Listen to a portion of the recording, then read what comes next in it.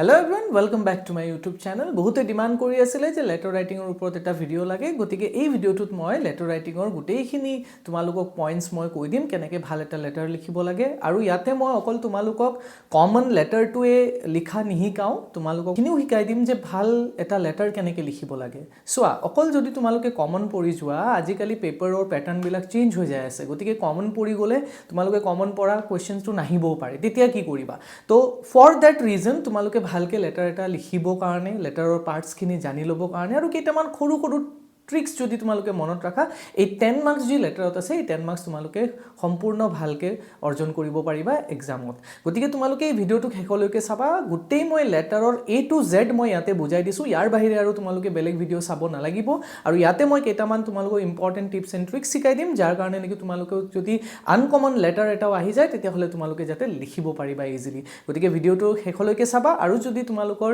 ভিডিওটো পছন্দ লাগিছে গতিকে সাবস্ক্ৰাইব কৰি দিবা লাইক কৰিবা আৰু নিজৰ ফ্ৰেণ্ডছৰ মাজত মোৰ চেনেলটো শ্বেয়াৰ কৰি দিবা তো আহা আমি ভিডিওটো ষ্টাৰ্ট কৰো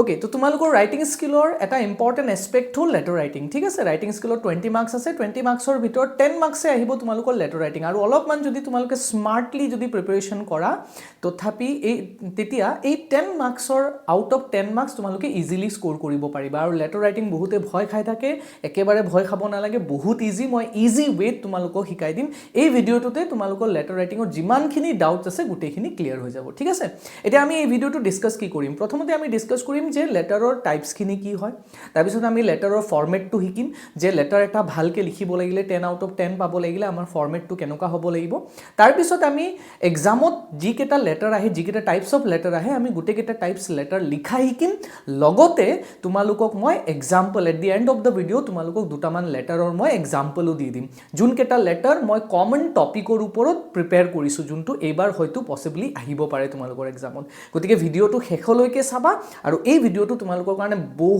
বহুত বেনিফিশিয়াল হ'ব গতিকে ভিডিওটো ভালকে চাই ল'বা তোমালোকে ঠিক আছে তো আহা আমি প্ৰথমতে ষ্টাৰ্ট কৰো কাইন্ডস অফ লেটাৰ্স ঠিক আছে এইচএস সেকেন্ড ইয়াৰত তোমালোকে যেতিয়া ৰাইটিং স্কিল পঢ়িবা তেতিয়া কোন কেটা টাইপছ অফ লেটাৰ্স তোমালোকক লাগিব ঠিক আছে তো essentially we have 3 kinds of letters যোনটো তোমালোকক লাগে ঠিক আছে এনে লেটাৰৰ টাইপছ হ'ল ফৰ্মেল এণ্ড ইনফৰ্মেল লেটাৰ ঠিক আছে ইনফৰ্মেল লেটাৰ তোমালোকক নাহে ক্লাছ 10 লৈকে আহিছিলে আমি 12 ৰ কাৰণে অকল ফৰ্মেল লেটাৰ পঢ়িব লাগে ঠিক আছে এটা ফৰ্মেল লেটাৰক আমি 4টা ক্যাটাগৰি ডিভাইড কৰিব পাৰো ঠিক আছে application for job official letter letter to the editor and business letters বিলাক আমাক নালাগে ঠিক আছে বিজনেছ লেটাৰৰ কোনো কোৱেশ্চনছ অহা এতিয়ালৈকে মই দেখা নাই তোমালোকৰ এইচএস ফাইনেলত বা এসএকৰ কোৱেশ্চনত 2013 ৰ পৰা যেহেতু সিলেবাসটো চেঞ্জ হৈছে গতিকে আমি application for job official letter and letter to the এডিটৰে আমি অকল চাম ঠিক আছে তো আমাৰ টাইপছ কেটা হ'ল তোমালোকে মনত ৰাখিব লাগিব এইচএস সেকেন্ড ইয়াৰৰ কাৰণে এপ্লিকেশন ফৰ জব বহুত ইম্পৰ্টেন্ট এইটোতো কমন হয় তোমালোকে ভালকে চাবা আৰু এইটো কেনেকৈ লিখিব লাগে মই খুব ধুনীয়াকৈ ইয়াতে বুজাই দিম নেক্সট হ'ল অফিশিয়াল লেটাৰ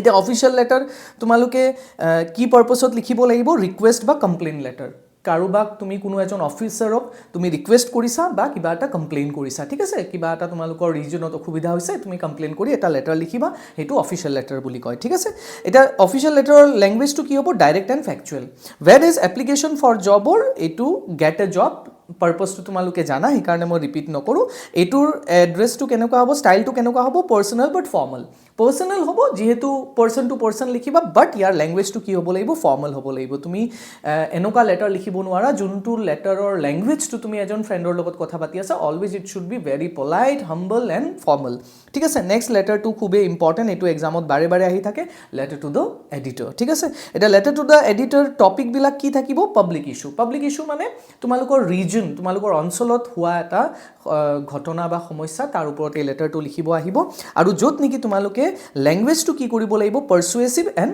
সোশ্যাল তুমি কাৰোবাক গভৰ্নমেণ্টক বা অথৰিটিক তুমি ৰিকুৱেষ্ট কৰিব লাগিব যে এই বিষয়টোৰ ওপৰত তেওঁলোকে যেন ধ্যান দিয়ে আৰু এটো সোসাইটিৰ কাৰণে যাতে কামখিনি কৰে গতিকে এটো হ'ল তোমালোকৰ 3 টাইপছ অফ লেটাৰ্স ঠিক আছে ইয়াৰ ভিতৰত আমি সবতছে বেছি ইম্পৰ্টেন্স দিম এপ্লিকেশন ফৰ জব আৰু লেটাৰ টু দা এডিটৰ ইয়াতে মই অফিশিয়াল লেটাৰটো এই কাৰণে ইম্পৰ্টেন্স দিব দিয়া নাই তোমালোকক বিকজ এটো বহুত কমন নহয় আৰু যদি তোমালোকে লেটাৰ্স টু দা এডিটৰ যদি ভালকে পঢ়ি লোৱা তেতিয়া অফিশিয়াল লেটাৰ তোমালোকে ইজিলি লিখিব পাৰিবা অফিশিয়াল লেটাৰ লিখাটো বহুতে সহজ ঠিক আছে তো গতিকে আমি আহা এতিয়া ফৰমেটটো চাই লওঁ লেটাৰ এটাৰ ফৰমেট কি বা কেনেকৈ আমি লিখিব লাগিব ফৰমেটটো বহুত ইম্পৰ্টেন্ট ঠিক আছে তো লেটাৰ যেতিয়া লিখিবা তোমালোকে অলৱেজ মনত ৰাখিবা যে তোমালোকৰ লেটাৰটো নিট এণ্ড ক্লিন হ'ব লাগিব, বেছি কটাকটি পাৰিলে এভইড কৰিবা, বাট ইন কেছ যদি মিষ্টেক হৈ যায় তো ট্ৰাই কৰিবা যে সেই মিষ্টেকটো কাটিবৰ কাৰণে খুব মিনিমাল যাতে তোমালোকে লেটাৰা কৰা, ঠিক আছে।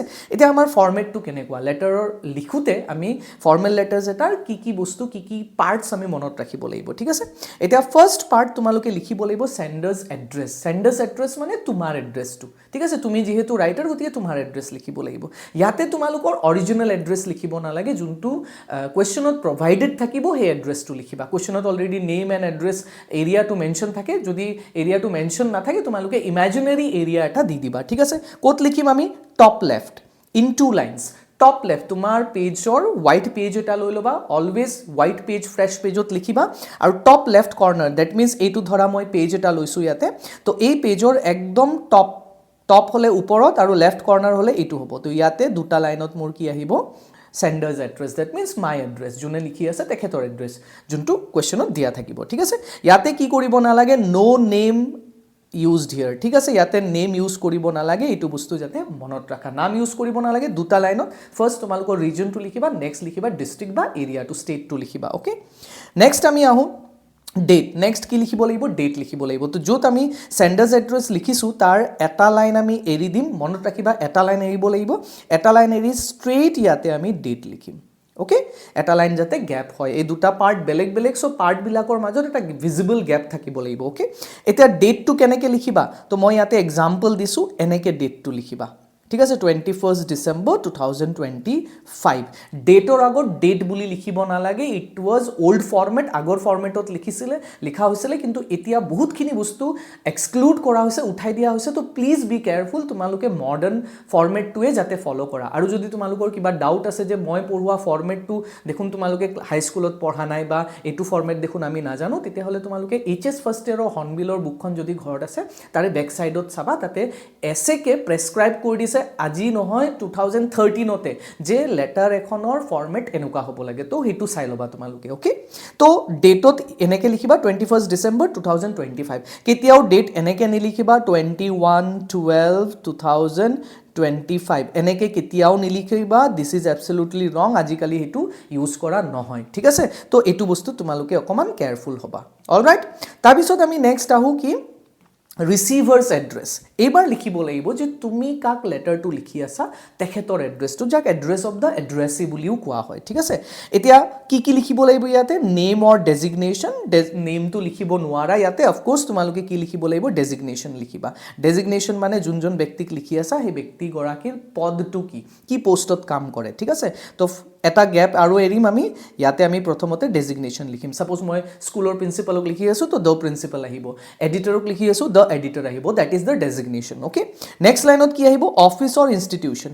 নেক্সট লাইনত আমি লিখিম এই ব্যক্তিগৰাকী কোনটো অফিচত কাম কৰে বা কোনটো ইনষ্টিটিউশ্যনত কাম কৰে সেইটোৰ নাম লিখিব লাগিব, ঠিক আছে। এইটো কম্পালচৰি, কিন্তু এইটো এভইড কৰিব নোৱাৰা, তোমালোকে নিজে বনাই হ'লেও লিখিব লাগিব। লেটাৰ্ছ টু দ্য এডিটৰ হ'লেতো ইজি, এডিটৰ বুলি লিখিবা, নিউজ পেপাৰ এখনৰ নাম দি দিবা, যদি কুৱেশ্যনত মেনশ্যন আছে যোনটো নিউজ পেপাৰ সেইটো লিখিবা, আৰু যদি মেনশ্যন নাই যিকোনো বনাই অসমৰ ইংলিছ নিউজ পেপাৰ এটাৰ নাম লিখি দিবা ইয়াতে, ঠিক আছে। দেন কি লিখিব লাগিব, থাৰ্ড লাইনত প্লেচ লিখিব লাগিব, ঠাই লিখিব লাগিব।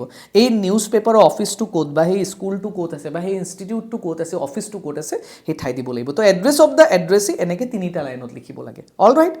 নেক্সট আহিছোঁ আমি কিহলৈকে, ছাবজেক্টলৈকে। তাৰপিছত আমি ফৰ্মেল লেটাৰত অলৱেজ কি ইউজ কৰিব লাগিব, subject, whether it is letter to the editor, official letter or application for job, subject লাগিবই, মাষ্ট বি, ঠিক আছে। তো ছাবজেক্টটো ক'ত লিখিম, য'ত আমাৰ এড্ৰেছ অফ দ্য এড্ৰেছী শেষ হৈছে, ৰিচিভাৰ্ছ এড্ৰেছ শেষ হৈছে, তাৰ অকণমান তলত ইয়াতে আমি ছাবজেক্ট বুলি লিখিব লাগিব আগত, ঠিক আছে। তাৰপিছত আমি এনেকৈ কলন এটা দিম আৰু ইয়াতে আমি ছাবজেক্টটো লিখিম, ঠিক আছে। এই দুটাৰ মাজত যাতে গেপ এটা থাকে, অ'কে, মনত ৰাখিবা।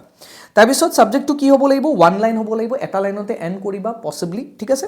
আৰু কি হ'ব লাগিব, ক্লিয়াৰ এণ্ড স্পেচিফিক, ইয়াতে বহুত বেছি কথা লিখিব নালাগে, ঠিক আছে। ডাইৰেক্ট যোনটো বিষয় টপিকৰ ওপৰত তুমি লেটাৰটো লিখি আছা সেই টপিকটো মেনশ্যন কৰি দিলে হ'ল ইয়াতে, ঠিক আছে। Application for the post of dash বুলি তোমালোকে এপ্লিকেশ্যন ফৰ জবত লিখিব পাৰা।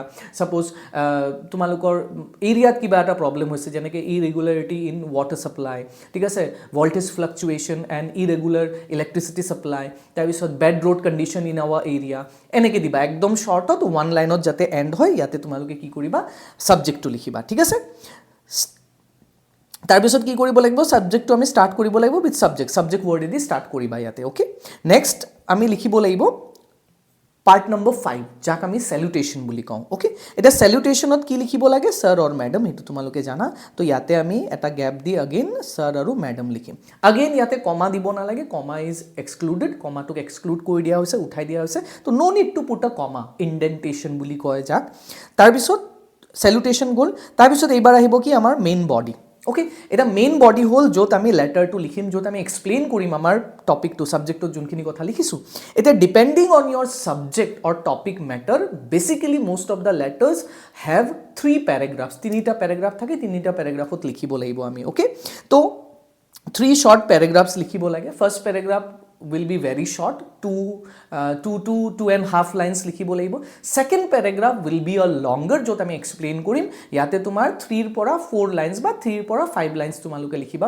ম্যাক্সিমাম তাতকে বেছি এক্সিড হ'ব নিদিবা আৰু লাষ্ট প্যাৰাগ্ৰাফটোত কি কৰিবা এটা বা দুটা লাইনত তোমালোকে হেক কৰিবা তো এনেকে তিনিটা প্যাৰাগ্ৰাফত লিখিব লাগে তো কোৰ পৰা লিখিম যত আমি স্যাৰ আৰু ম্যাডাম দিছো স্ট্ৰেট ইয়াৰ পৰা আৰু তোমালোকে বহুতে এটা ভুল কৰা যে যেতিয়া আমি স্যাৰ আৰু ম্যাডামৰ পিছত লিখো তেতিয়া ইয়াৰ পৰা এনেকে ষ্টাৰ্ট কৰো ঠিক আছে এনেকে লিখো আমি তো এনেকে লিখিলে কি হয় তোমাৰ দেখাত লেটাৰটো বেয়া হৈ যায় তো কেতিয়াও প্যাৰাগ্ৰাফটো এনেকে ষ্টাৰ্ট নকৰিবা কি কৰিবা যত তোমাৰ স্যাৰ আৰু ম্যাডাম লিখিছা স্ট্ৰেট তাৰ পৰা ষ্টাৰ্ট কৰিবা এনেকে যাতে তোমাৰ এই লাইনটো ইফালে সাইডৰ লাইনটো যাতে মেইনটেইন হোক ওকে এনেকে লিখিলা ফাৰ্স্ট প্যাৰাগ্ৰাফ তাৰপিছত এটা গ্যাপ দিবা অকমান ইফালে লিখিবা সেকেন্ড প্যাৰাগ্ৰাফ এনেকে লিখিবা ওকে সেকেন্ড প্যাৰাগ্ৰাফ আমি সাপোজ 4 লাইনত লিখিলো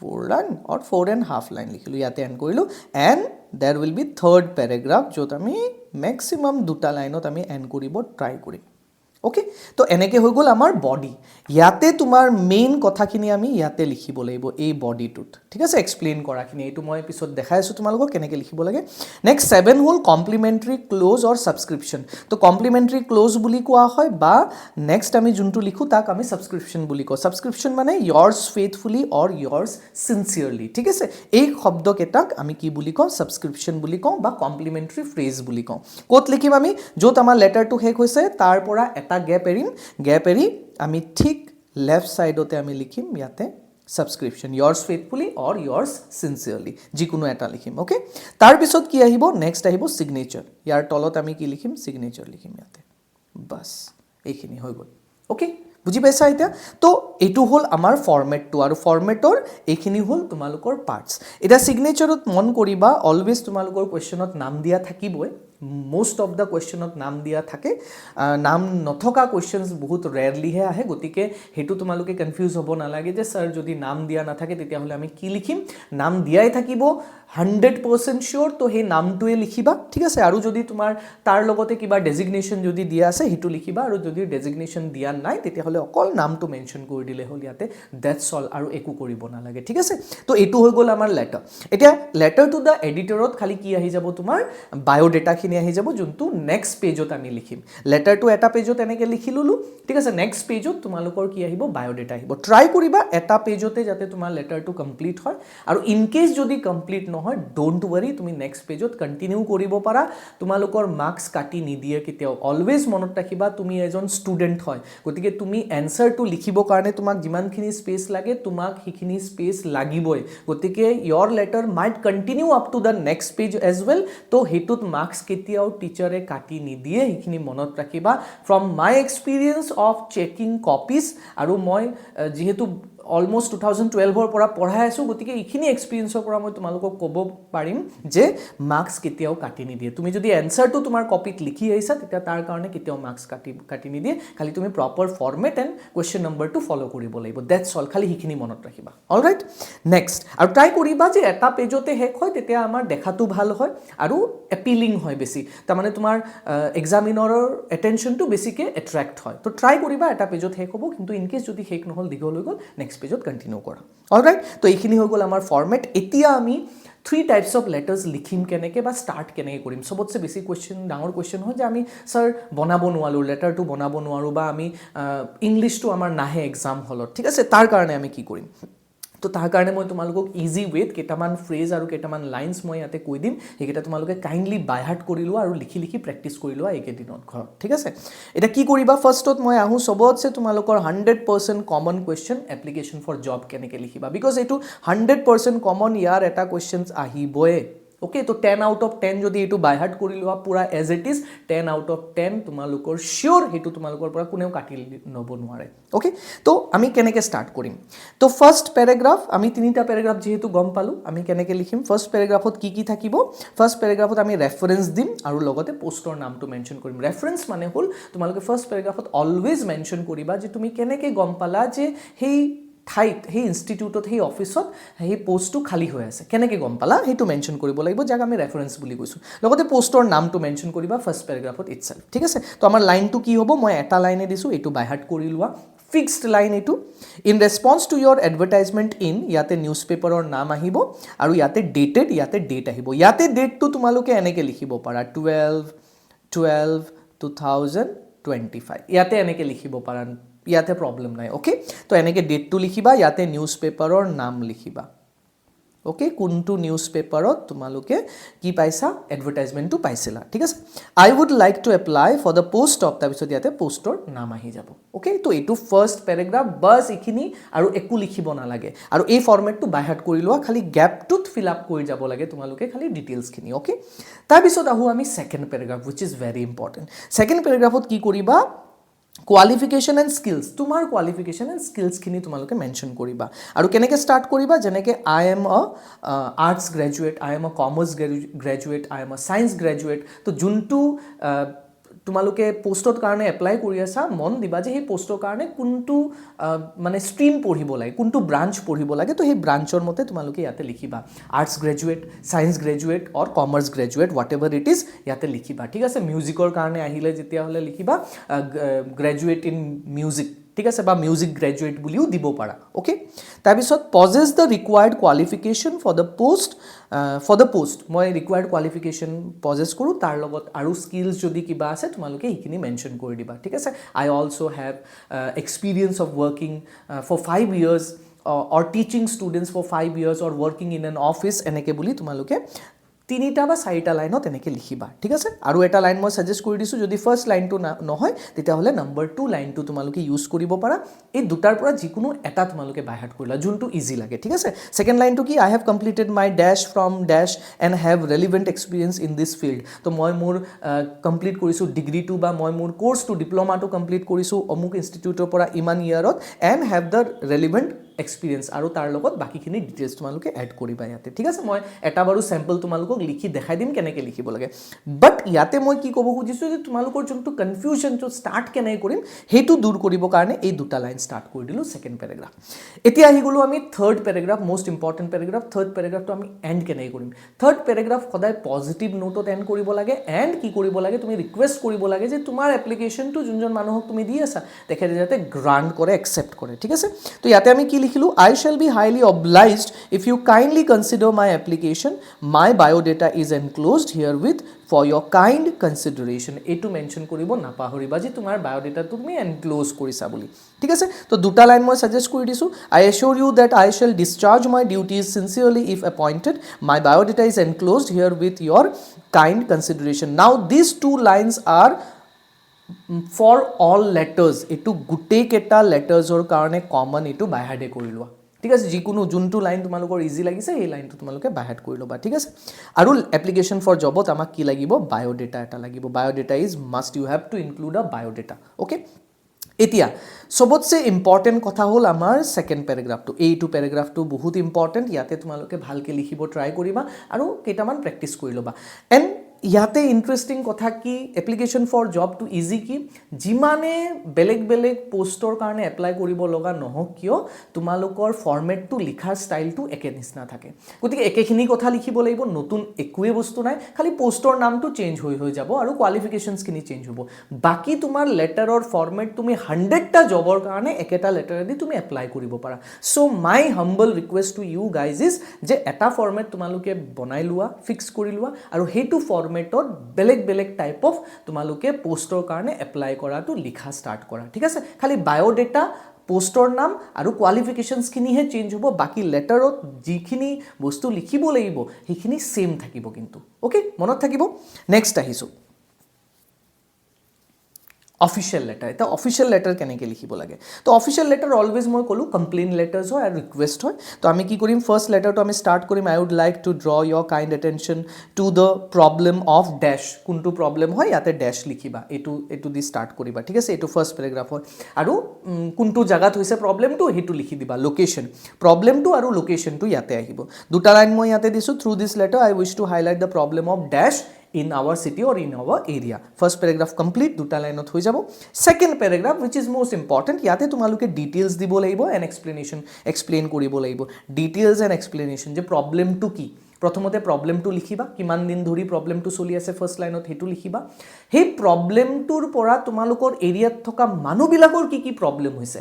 এণ্ড ইয়াতে মই এটা ইম্পৰ্টেণ্ট ট্ৰিক তোমালোকক শিকাই দিওঁ, যোনটো তোমালোকক 10 out of 10 তোমালোকে স্কোৰ কৰিব পাৰিবা যদি অফিচিয়েল লেটাৰ লিখা। How to catch the attention of the examiner, examination attention কেনেকৈ। ছাপ'জ প্ৰব্লেমটো তুমি লিখিলা, গোটেই আমাৰ এৰিয়াত এনেকুৱা প্ৰব্লেম হৈছে, বা ইলেক্ট্ৰিচিটি নথকাৰ কাৰণে বিজনেছ বন্ধ হৈ গৈছে, ঘৰৰ মানুহৰ ৱাটাৰ ছাপ্লাই এফেক্টেড হৈছে, ঠিক আছে। তাৰপিছত মানুহে কাম কৰিব পৰা নাই, ভেৰিয়াছ প্ৰব্লেমছ তুমি লিখিলা।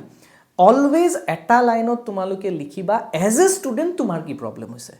Always remember that. নাও দিছ ইজ ভেৰি ইম্পৰ্টেণ্ট। এইখিনি জেগাত তোমালোকে এক্সামিনাৰৰ এটেনশ্যনটো কেচ কৰি ল'বা। আচ্ছা, সি তাৰমানে এজ এ ষ্টুডেণ্টটো নিজৰ পাৰ্চপেক্টিভটো দিছে যে ষ্টুডেণ্টছবিলাকে কেনেকৈ ছাফাৰ কৰিছে। বিকজ এক্সামিনাৰে এইটো কথা জানে যে এই যোনজন ব্যক্তিয়ে এই লেটাৰটো লিখি আছে হি ইজ এ ষ্টুডেণ্ট, গতিকে he should or she should mention that how a student is suffering from this problem, কেনেকৈ ছাফাৰ কৰি আছে। তো always remember to mention that how students are suffering from this problem. এটা লাইনত সেইটো লিখিবা। For example, light যদি নাই, ষ্টুডেণ্টছবিলাকে কি কৰিব নোৱাৰিব, পঢ়িব নোৱাৰিব, এক্সামৰ কাৰণে প্ৰিপেয়াৰ কৰিব নোৱাৰিব, তাতে মেনশ্যন কৰি দিয়া as the HSLC and HS exams are at hand, students cannot prepare well due to lack of electricity in our area. ৰোডৰ প্ৰব্লেম হ'ব কাৰণে কি লিখিবা, students are the worst sufferer because they could not attend their school or could not reach their school in time. নিজৰ টাইমত স্কুলত যাব নোৱাৰে তেওঁলোকে। বা তোমালোকে লিখিব পাৰা এক্সিডেণ্টত ষ্টুডেণ্টৰ ডেথ হৈ গৈছে, সেনেকৈ মেনশ্যন কৰি দিব পাৰা। মুঠতে ষ্টুডেণ্ট নামটো মেনশ্যন কৰিবাই। অ'কে, সেইটোৱে তোমালোকৰ এক্সট্ৰা মাৰ্কছ এটা এড কৰিবৰ কাৰণে হেল্প কৰিব। অলৰাইট, লাষ্ট পেৰাগ্ৰাফটো বহুত ইজি, সেইটোত একো কৰিব নালাগে। সেইটোত জাষ্ট তুমি ৰিকুৱেষ্ট কৰিবা যে যোনজন ব্যক্তিক তেখেতে লিখি আছে সেই ব্যক্তিজনে যাতে তোমাৰ এটেনশ্যনটো দিয়ক, ঠিক আছে। Therefore I request you to take the necessary steps at the earliest to remove the problem or to give relief to the citizens of the area citizens বিলাকক ৰিলিফ দিবৰ কাৰণে। দুটা লাইন মই ইয়াতে ছাজেষ্ট কৰিছোঁ, যোনটো তোমালোকৰ ভাল লাগে সেইটো ইউজ কৰিবা। I hope you will look in to the matter urgently. এনেকৈ লিখিবা আৰু অলপমান এক্সপ্লেইন কৰিবা আৰু ডু দ্য নিউজফুল অকণমান তোমালোকে ইয়াতে ছাজেষ্ট কৰি দিব পাৰা যে কি কৰিব পাৰে সেই প্ৰব্লেমটো ৰিমুভ কৰিবৰ কাৰণে। তো ইয়াতে তোমালোকৰ নিজৰ ছাজেশ্যনছটো দিবা। লাইনটো এনেকৈ ষ্টাৰ্ট কৰিবা, ছাজেশ্যনছটো দিবা। তো either this line or this line add কৰিবা। অলৰাইট, নেক্সট আমি গৈছোঁ letters to the editor. Okay, another important and common question. তো letters to the editor always মই ক'লোঁ পাব্লিক ইছ্যুবিলাকক লৈ আমি লিখোঁ, ঠিক আছে, প্ৰব্লেমছবিলাকক লৈ লিখোঁ। তো ফাৰ্ষ্ট পেৰাগ্ৰাফত কি হ'ব এইটো তোমালোকে বাই হাৰ্ট কৰি লোৱা। লাইনটো কমন থাকে ইয়াতে, either line number 1 or line number 2। Through the columns of your esteemed newspaper, I wish to draw attention to, ইয়াতে তোমালোকে প্ৰব্লেমটো লিখিবা, to the erratic power supply in our area, bus, to the bad road condition in our city, okay, to the poor irregular water supply in our colony. তো এনেকৈ তোমালোকে ইয়াতে প্ৰব্লেমটো লিখিবা। And this line is fixed, এইটো fixed হয় for all letters to the editor, ঠিক আছে, either this line or this line. I would like to highlight a matter of public concern through your newspaper, that তাৰপিছত তোমালোকে প্ৰব্লেমটো mention কৰিবা। Then second পেৰাগ্ৰাফত কি কৰিবা, আগেইন অফিচিয়েল লেটাৰৰ নিচিনা ছেকেণ্ড পেৰাগ্ৰাফটো একদম কমন, ঠিক আছে। অফিচিয়েল লেটাৰত যিখিনি কথা লিখিছা ইয়াতেও ছেকেণ্ড পেৰাগ্ৰাফত সেইখিনি কথাই লিখিব লাগিব। ষ্টাৰ্ট কেনেকৈ কৰিবা, ছাপ'জ তুমি এনেকৈ লিখিলা for the past few days this has been causing serious inconvenience, এইটোৰ কাৰণে বহুত ইনকনভিনিয়েঞ্চ হৈছে। অৰ তোমালোকে এনেকৈ লিখিব পাৰা due to this problem the residents are facing many ডিফিকাল্টিজকেইটা মেনশ্যন কৰি দিয়া, কি ডিফিকাল্টিজ পাইছে, যোনটো আমি অফিচিয়েল লেটাৰতো পাইছিলোঁ। গতিকে এই তিনিটা লাইন ছাজেষ্ট কৰিছোঁ, যোনটো লাইন তোমালোকৰ ইজি লাগে সেইটো বাই হাৰ্ট কৰি লোৱা, সেই লাইনেদি তোমালোকে ছেকেণ্ড পেৰাগ্ৰাফটো ষ্টাৰ্ট কৰিবা। লাষ্ট পেৰাগ্ৰাফত কি কৰিবা, লাষ্ট পেৰাগ্ৰাফ টু অফিচিয়েল লেটাৰৰ নিচিনা সেম ঠিক আছে খালি এইখিনি বস্তু ইয়াতে এড কৰি দিবা তাতে কি আছিলে তাতে ইউ বুলি আছিলে মই দেখাই দিছো তোমালোকক ইয়াতে চোৱা ইয়াতে ইউ বুলি আছে আৰু ইয়াতে কি আছে কনসাৰ্নড অথৰিটিজ বাস ইখিনি মনত ৰাখিবা বিকজ নিউজ পেপাৰৰ এডিটৰে মোক সলভ কৰি নিদিয়ে তো ইয়াতে ইউ বুলি মেনশন নকৰিবা আমি থ্ৰু নিউজ পেপাৰ যোনজন ব্যক্তিয়ে এই মেটাৰটোৰ লগত কনসাৰ্নড হয় যোনজন ব্যক্তিয়ে এই মেটাৰটো চোৱাচিতা কৰে মই তেওঁকহে জনাব খুজিছো তো নিউজ পেপাৰটো মোৰ এটা কি वे হয় via newspaper তো ডাইৰেক্ট নিউজপেপাৰৰ এডিটৰক তুমি ক'ব নালাগে যে you should look into the matter no হেতু অফিচিয়েল লেটাৰত হয় বিকজ অফিচিয়েল লেটাৰত মই অফিচাৰজনৰ লগত ডাইৰেক্ট কথা পাতি আছো থ্ৰু মাই লেটাৰ বাট ইয়াতে মই via এডিটৰিয়েল গৈছো বা via নিউজপেপাৰ গৈছো তো দ্যাট ইজ ওয়াই ইয়াতে কনসাৰ্নড অথৰিটিজ লিখিব নাপাহৰিবা কেতিয়াও ওকে আৰু লগতে দুটা মই লাইন ইয়াতে সাজেষ্ট কৰিছো I therefore request the concern authorities to take the necessary steps at the earliest তাৰপিছত ইয়াতে সাজেশনস अगेन তোমালোকে আগৰ অফিচিয়েল লেটাৰৰ নিচিনা সাজেশনস দিবা then point number 2 I sincerely hope the concern authorities will look into the matter urgently same দুটা line official লেটাৰৰ আৰু ইয়াৰ লাইনটো সেম খালি এইখিনি বস্তু কি হৈ গ'ল চেঞ্জ হৈ গ'ল এটু খানি মনত ৰাখিবা তো অফিচিয়েল লেটাৰ আৰু লেটাৰ্স টু দ্য এডিটৰৰ মাজত এটুৱে ডিফাৰেন্স এইখিনি চেঞ্জ হৈ গ'ল আৰু লগতে ফাৰ্স্ট লাইনটো আহি যাব এই ফার্স্ট লাইনটো আহি যাব এই লাইনটো আহি যাব বাকিখিনি তুমি অফিচিয়েল লেটাৰ এটা লেটাৰ্স টু দ্য এডিটৰলৈকে কনভাৰ্ট কৰিব পাৰা letters to the editor official লেটাৰলৈকে কনভাৰ্ট কৰিব পাৰা যদি এই লাইনটো যদি গুছাই দিয়া that same letter will convert into official letter বাকি তুমি তাতে যেনেকৈ অফিচিয়েল লেটাৰ লিখিব লাগে গোটেইখিনি ফৰ্মেট তুমি ফলো কৰি দিয়া ঠিক আছে তো অফিচিয়েল লেটাৰ আৰু letter to the editor almost same হয় খালি ইয়াতে আমি news paper esteem news paper বুলি এই ফাৰ্স্ট লাইনটো এড কৰোঁ আৰু কনসাৰ্ন অথৰিটিজ বুলি মেনশন কৰিব লাগে দ্যাটছ অল বাস এইখিনিয়ে ঠিক আছে নেক্সট আহিছো এতিয়া মই তোমালোকক এক্সাম্পল দুটামান কৰাই দিওঁ ঠিক আছে ইয়াতে মই লেটাৰ টু দ্য এডিটৰ আৰু অফিচিয়েল লেটাৰ যেহেতু এই দুটা কমন হয় মই এই দুটা কৰাইছো আৰু ইয়াতে মই ইম্পৰ্টেণ্ট টপিক এটা এইবাৰ মই ভাবিছো একৰ্ডিং টু মি কমন হ'ব পাৰে এটা কোৱেশ্চনছ আহিব ইয়াৰ ওপৰত নোটিছ আহিব পাৰে পোষ্টাৰ আহিব পাৰে বা ৰিপৰ্টৰ লেটাৰ আহিব পাৰে ঠিক আছে that is air quality because air কোৱালিটিক লৈ এবাৰ বহুত প্ৰবলেম হৈছে হয়নে নহয় দিল্লীৰ এয়াৰ কোৱালিটি তোমালোকে নিউজ খুলিলেই গম পাবা যে এভৰিডে তাৰমানে মেজৰ চিটিজবিলাকৰ এয়াৰ কোৱালিটিৰ ওপৰত কিবা নহয় কিবা কুৱেশ্যনছ আহে তো চাবা কি কৰিলোঁ ফাৰ্ষ্টত মই এড্ৰেছ দিছোঁ ইয়াতে ৰুক্মিণী গাঁও মোৰ ৰিজন হয় য'ত মই থাকোঁ তাৰপিছত ৰুক্মিণী গাঁও ক'ত গুৱাহাটী ইয়াতে মোৰ এড্ৰেছটো লিখিলোঁ তাৰপিছত ইয়াতে কি দিলোঁ ডেট দিলোঁ এতিয়া চাবা এই মাই এড্ৰেছ আৰু ডেটৰ মাজত কি আছে দেৰ ইজ এ ভিজিবল গেপ এটা আছে এই গেপটো প্লিজ মেইনটেইন কৰিবা দেন দ্য এডিটৰ টু বুলি দিব নালাগে মনত ৰাখা দ্য এডিটৰ লিখিলে হ'ল দি এডিটৰ তাৰপিছত কি লিখিলোঁ দ্য আছাম ট্ৰিবিউন ক'ত কাম কৰে আছাম ট্ৰিবিউনৰ আৰু আছাম ট্ৰিবিউনৰ অফিচ ক'ত গুৱাহাটী তিনিটা লাইনত মই এড্ৰেছ অফ দ্য এড্ৰেছ বা ৰিচিভাৰ্ছ এড্ৰেছ লিখিলোঁ দেন ছাবজেক্ট বুলি লিখিলোঁ ছাবজেক্টত কি লিখিছোঁ concerned over rising air pollution and increasing AQI এইটো তোমালোকৰ কুৱেশ্যনতে থাকিব এইখিনি বস্তু তো কুৱেশ্যনৰ পৰা ডাইৰেক্ট ইয়াতে কপি কৰি দিবা ঠিক আছে concerned over rising air pollution and increasing AQI levels তাৰপিছত ছাৰ বুলি দিলোঁ কমা দিছোঁ দিলেও দিব পাৰা নিদিলেও কথা নাই তাৰপিছত কি কৰিলোঁ আমি ফাৰ্ষ্ট লেটাৰৰ যোনটো লেটাৰ্ছ টু দ্য এডিটৰৰ ফাৰ্ষ্ট লাইনটো ইয়াতে এড কৰিছোঁ through the columns of your esteemed newspaper daily বুলিও দিব পাৰা DAILY নিউজ পেপাৰকে মিন কৰে I wish to draw the attention of the concern authorities to the alarming rise in air pollution and the continuously increasing AQI levels in our city ঠিক আছে তো ইয়াতে আমি যোনখিনি সাবজেক্টত লিখিছোঁ সেই সাবজেক্টত লিখা কথাখিনি আমি ইয়াতে ৰিপিট কৰিছোঁ সেম বেলেগ একো কৰিব নালাগে ফাৰ্ষ্ট পেৰাগ্ৰাফ কমপ্লিট তো তোমালোকৰ আধা লেটাৰ ইয়াতে ডান কি কৰিলোঁ আমি একো কৰা নাই আমি জাষ্ট বাইহাৰ্ট কৰি গৈছোঁ ঘৰৰ পৰা ফিক্সড এইখিনি বস্তু ঠিক আছে আৰু কুৱেশ্যনৰ পৰা যিখিনি কথা আছে এইখিনি উঠাই ইয়াতে বহাই দিছোঁ দ্যাটছ অল তো 5 মাৰ্কস টু 4 মাৰ্কস তোমালোকে ইয়াতে ইজিলি 3 to 4 মাৰ্কস ইজিলি পাবা যদি এইখিনিলৈকেও লিখা তোমালোকে এটলিষ্ট ভালকৈ যদি লিখা without any mistakes next second পেৰাগ্ৰাফত কি কৰিলোঁ আমি ইয়াতে এক্সপ্লেইন কৰিম এতিয়া ঠিক আছে কেনেকৈ লিখিলোঁ over the past few months চোৱা কেনেকৈ ষ্টাৰ্ট কৰিছোঁ over the past few months টাইমটো মেনশ্যন কৰিছোঁ যে প্ৰব্লেমটো কিমান দিন ধৰি হৈছে always right that okay the air quality has deteriorated drastically air কোৱালিটিটো খুব বেয়াকৈ ডেটৰিয়েট হৈছে বেয়া হৈছে due to excessive vehicular emissions construction dust industrial smoke and the burning of waste এতিয়া এয়াৰ কোৱালিটি কিহৰ কাৰণে হৈছে আমি প্ৰথমতে ৰিজনছ কেইটা মেনশ্যন কৰিলোঁ তো প্ৰব্লেমটো কিহৰ পৰা আহিছে always mention that in the beginning of your second পেৰাগ্ৰাফত অলৱেজ লিখিবা যে প্ৰব্লেমটো হৈছে ক'ৰ পৰা অ'কে তাৰপিছত আমি কি লিখিছোঁ এবাৰ লিখিম আমি result. As a result, মানুহবিলাকে কেনেকৈ suffer কৰিছে চাবা. As a result, residents are facing serious health issues such as breathing problems, eye irritation, and frequent respiratory infections. Children, elderly people, and patients suffering from asthma are the worst affected. Despite repeated warnings from environmental agencies, effective measures are yet to be taken.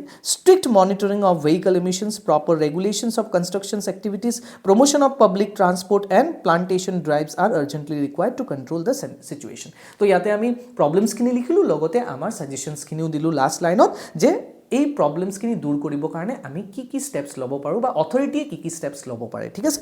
Next আমি last লাইনত কি কৰিলোঁ, I sincerely hope that the authorities will take immediate and effective steps to improve the air quality and ensure a healthy environment for the citizens. Yours faithfully, Bibhash. More naam tu yate mention kori disu. So that's how you should write a letter to the editor. Now, etia moi yate tumalukok official letter hikwa nai because official letter tumaluke A2 letter oke official letter loke convert kori dibo para. Suppose letter to the editor nahil official letter ahil. Let's say tumar health officer ok tumi likhibo lage ekhini kothai. Titia ki koriba tumar yate health অফিচাৰৰ নাম health officer আহিব, তেখেতৰ অফিচৰ নাম আহি যাব, প্লেচটো ক'ত সেইটো আহি যাব আৰু ছাবজেক্ট একে থাকিব আৰু এই লাইনটো খালি ৰিমুভ কৰি দিয়া through the columns of your esteemed newspaper, এইখিনি তুমি ৰিমুভ কৰি দিয়া, কৰি দিলে ছেম লেটাৰ কি হৈ যাব তোমাৰ অফিচিয়েল লেটাৰ হৈ যাব, ঠিক আছে। তো এইখিনি লেটাৰ যদি এড কৰি দিয়া letter to the editor এইখিনি ৰিমুভ কৰি দিলে অফিচিয়েল লেটাৰ। গতিকে অফিচিয়েল লেটাৰ্ছ আৰু বেলেগ এক্সট্ৰাকৈ শিকিব নালাগে, লেটাৰ্ছ টু দ্য এডিটৰে প্ৰিপেয়াৰ কৰা যোনটো বেছি কমন হয়। ইন কেছ যদি অফিচিয়েল লেটাৰ আহি যায় তোমালোকে খালি এই লাইনটো নিলিখিবা, ডেটছ অল, এইখিনিয়ে, ঠিক আছে। এইবাৰ আহা আমি তোমাৰ এপ্লিকেশ্যন ফৰ জব এটা কৰোঁ, ঠিক আছে। ইয়াতে মিষ্টেক হৈ আছে, এইটো এপ্লিকেশ্যন ফৰ জব হ'ব লাগিছিলে, এইটো লাইনটো application for job, application for job. Okay, চোৱা এতিয়া কেনেকৈ লিখিলোঁ, আগেইন ছেম ফৰ্মেট, উজান বজাৰ মোৰ নিজৰ ঠাইটো লিখিলোঁ, ক'ত আছে গুৱাহাটী, তাৰপিছত ইয়াতে ডেট দিলোঁ। এইবাৰ আমি ছাপ'জ কিহৰ কাৰণে লিখি আছোঁ, মিউজিক টিচাৰৰ কাৰণে লিখি আছোঁ, লাষ্ট ইয়েৰ বা তাৰ আগত আহি গৈছিলে চাগে, এইটো ছেইম এক্সাম্পল মই এটা কৰাইছোঁ, যিহেতু এইটো কমনে হয় অলমষ্ট লিখা, সেইকাৰণে মই লাষ্ট ইয়েৰৰ কুৱেশ্যনটো কৰাই দিছোঁ, ঠিক আছে।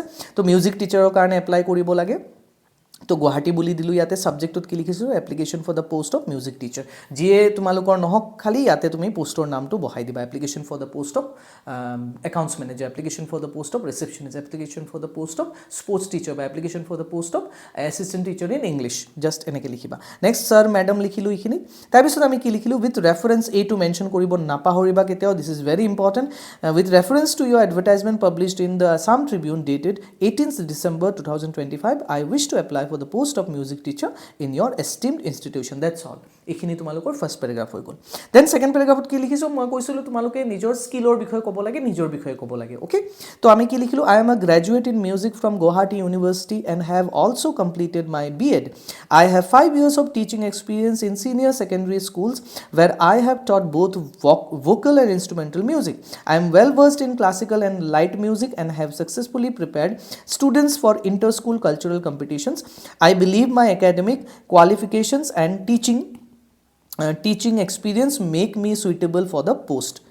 এইখিনি আমি ছেকেণ্ড পেৰাগ্ৰাফত লিখিলোঁ, ঠিক আছে। এইখিনি মই ৰিমুভ কৰি দিওঁ চ' ডেট তোমালোকে এটা স্ক্ৰীনশ্বট লৈ যাতে ধুনীয়াকৈ এইটো প্ৰিপেয়াৰ কৰিব পাৰা, অ'কে। তো এইটো হৈ গ'ল আমাৰ ছেকেণ্ড পেৰাগ্ৰাফ। ছেকেণ্ড পেৰাগ্ৰাফত আমি আমাৰ ডিটেইলছটো দি দিলোঁ, মই ক'ত কাম কৰিছোঁ, মই কেনেকুৱা কাম কৰিছোঁ, বা মোৰ এক্সপিৰিয়েঞ্চখিনি কিমান, বা মই কোনবিলাক ষ্টুডেণ্টছক আগতে পঢ়াই আহিছোঁ, মোৰ স্কিলছখিনি মই গোটেইখিনি ধুনীয়াকৈ ইয়াতে এক্সপ্লেইন কৰিলোঁ। লাষ্ট পেৰাগ্ৰাফত এইটো ফিক্সড হয়, এইটো পেৰাগ্ৰাফ তোমালোকে বাই হাৰ্টে কৰি লোৱা, ঠিক আছে। এইটো চবতে চিপকাই দিবা তোমালোকে, অ'কে, ন' মেটাৰ হোৱাট। তো I assure you that I shall perform my duty sincerely and to the best of my ability if appointed. I would be grateful if you kindly consider my application. My biodata is enclosed herewith for your kind consideration. গতিকে এইখিনি line fixed, এইটো common হয়, তো যিকোনো কি কয় তোমাৰ এপ্লিকেশ্যনত তোমালোকে এইখিনি লিখিব পাৰিবা। অলৰাইট, নেক্সট আমি কি লিখিলোঁ, yours faithfully subscription, তাৰপিছত আমি চিগনেচাৰটো দি দিলোঁ ইয়াতে। অলৰাইট, তো that is how you write a letter to the editor. খালি ইয়াতে পোষ্টৰ নামটো চেঞ্জ কৰি তোমালোকে ছেইম একেখিনি লিখিব লাগিব। এইবাৰ আমি এটা ইম্পৰ্টেণ্ট বস্তু লিখিব থাকি গ'ল, লেটাৰ টু দ্য এডিটৰ অকণমান লং হয় বিকজ আমি বায়'ডাটা লিখিব লাগিব। বায়'ডাটা কেনেকৈ লিখিম, তো ইয়াতে মই এটা ফৰ্মেট তোমালোকক বনাই দিছোঁ, ঠিক আছে।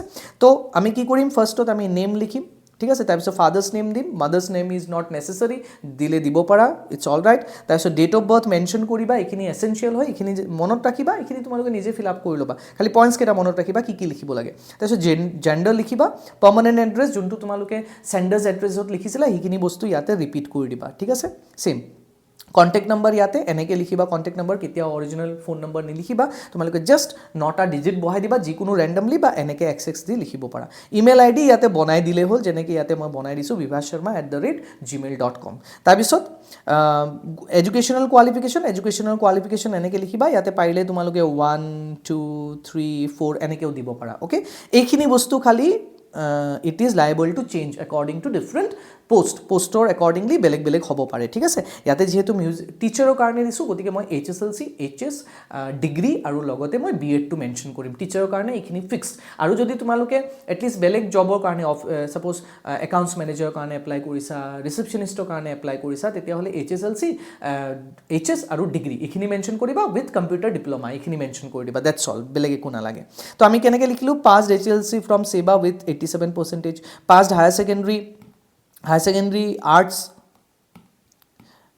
from ESSEC with 88%, passed BA in music from Guwahati University with first division, passed B.Ed from Guwahati University, that's all। এনেকৈ চিম্পল এটা লাইনত লিখিবা, 1 2 3 বুলি 3 4 বুলি এনেকৈ লিখি দিব পাৰা তোমালোকে, ঠিক আছে। আৰু এনেকৈ ধুনীয়াকৈ বনাবা ফৰ্মেটটো, ঠিক আছে। এইটো ফৰ্মেট যেনেকৈ দিছোঁ এনেকৈ ধুনীয়াকৈ বনাবা। নেক্সট টিচিং এক্সপিৰিয়েঞ্চ, ইয়াতে লিখিবা 5 years of teaching experience as a music teacher in senior secondary school. এইটো ছেম থাকিব তোমালোকৰ, য'তে কাম নকৰা কিয়, যোনটো ছেক্টৰত তুমি এপ্লাই কৰিছা সেই ছেক্টৰত কাম কৰা বুলি মেনশ্যন কৰি দিবা। নেক্সট লেংগুৱেজেছ নোন, এইটো important, Assamese, English, Hindi same লিখিবা। হবিজ কম্পালচৰি লিখিবা, ইয়াতে যিহেতু মই মিউজিক টিচাৰ গতিকে মিউজিক ৰিলেটেড মই হবিজ দিছোঁ, composing music, listening to classical music, reading music journals. তোমালোকে বেলেগ বেলেগ পোষ্টৰ হিচাপে তেনেকৈ লিখিবা, বা হবি যিকোনো দিব পাৰা, ঠিক আছে। Art, painting, listening to movies, hiking, playing cricket, basketball, tennis ball, whatever it is, but don't write sleep, don't write video' games, don't write that, don't put that in your resume, okay. That is not a skill and that does not talk about your quality as a human being, okay. তো সেইবিলাক কেতিয়াও avoid কৰা।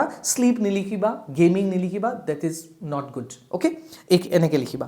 Creative skills তোমাৰ তাতে কি আছে সেইখিনি বিচাৰিছে, তো সেইখিনি লিখিব লাগিব হবিজটো, অ'কে। তাৰপিছত লাষ্টত ডিক্লেৰেশ্যনটো তোমালোকে লিখিব পাৰা, নিলিখিব পাৰা, বাট মই ইয়াতে দি দিছোঁ, মনত ৰাখিবা সেইটো declaration. I hereby declare that the above information is true and correct to the best of my knowledge and belief, place Guwahati, তাৰপিছত ডেট দিলোঁ 21 December 2025, ছিগনেচাৰ, তাৰপিছত ইয়াতে নামটো লিখি দিলোঁ, ডেটছ অল। এনেকৈ তুমি কি কৰিবা, বায়'ডাটাটো লিখিবা। ইয়াতে এতিয়া খালি এইখিনি বস্তু চেঞ্জ হ'ব, তোমাৰ এডুকেশ্যনেল কোৱালিফিকেশ্যনখিনি একৰ্ডিং টু ডিফাৰেণ্ট এপ্লিকেশ্যন সেইখিনি চেঞ্জ কৰিবা, বাকীখিনি ছেইম থাকিব।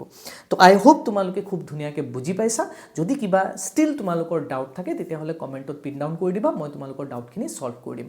আৰু লগতে মই ৰিপৰ্ট ৰাইটিঙৰ ওপৰত ভিডিঅ' বনাই থৈছোঁ, মই পোষ্টাৰ আৰু এডভাৰটাইজমেণ্টৰ ওপৰত এই কেইটা দিনৰ ভিতৰতে ভিডিঅ' তোমালোকৰ কাৰণে লৈ আহিম। লগতে কিছুমান চেপ্টাৰ্ছৰ ওপৰতো মই অলৰেডি চামাৰী এক্সপ্লেনেশ্যনছ ভিডিঅ' বনাইছোঁ, সেইখিনি তোমালোকে মোৰ প্লে'লিষ্টত যাই চেক কৰিব পাৰা। আৰু যদি তোমালোকক HS ছেকেণ্ড ইয়াৰ ইংলিছৰ কাৰণে নোটছ যদি দৰকাৰ হয় তেতিয়াহ'লে নোটছৰ লিংকটো মই তলত দি দিছোঁ, তোমালোকে এটা মিনিমাল ফিজ এটা দি মোৰ নোটছখিনি পাৰচেজ কৰিব পাৰা। একদম বেচিক ফিজ এটা মই তোমালোকৰ পৰা লৈছোঁ, সেইখিনি লৈ তোমালোকে হাই কোৱালিটি নোটছ তোমালোকে পাৰচেজ কৰিবা। এই নোটছখিনি মোৰ 2012 পৰা 25লৈকে পঢ়াই থকা যিখিনি এক্সপিৰিয়েঞ্চ আছে সেই এক্সপিৰিয়েঞ্চেদি মই নোটছখিনি বনাইছোঁ, নিজে বনাইছোঁ, গতিকে তাৰ কাৰণে মই অকণমান চাৰ্জ কৰিছোঁ। গতিকে আই হোপ তোমালোকে মাইণ্ড নকৰিবা, আৰু যিমানখিনি পাৰোঁ মই তোমালোকক ফ্ৰীলি কণ্টেণ্ট দিবৰ কাৰণে ট্ৰাই কৰিছোঁ। আৰু তোমালোকৰ পৰা খালি এটাই ছাপোৰ্ট বিচাৰিছোঁ যে তোমালোকে কাইণ্ডলি মোৰ চেনেলটো যিমান পাৰা নিজৰ ফ্ৰেণ্ডছবিলাকৰ মাজত, যোনবিলাকে নেকি ভাল কোৱালিটি টিচাৰ এফৰ্ড কৰিব নোৱাৰে, তেওঁলোকে যাতে ৰিচ আউট কৰিব পাৰে, বা সেই মোৰ ভিডিঅ'টো যাতে তেওঁলোকৰ তাতে গৈ পায়, তোমালোকে জাষ্ট সেইখিনি কৰিবৰ কাৰণে লাইক, শ্বেয়াৰ এণ্ড ছাবস্ক্ৰাইব কৰি দিবা। তো thank you again very much for ৱাচিং মাই ভিডিঅ', থেংক ইউ।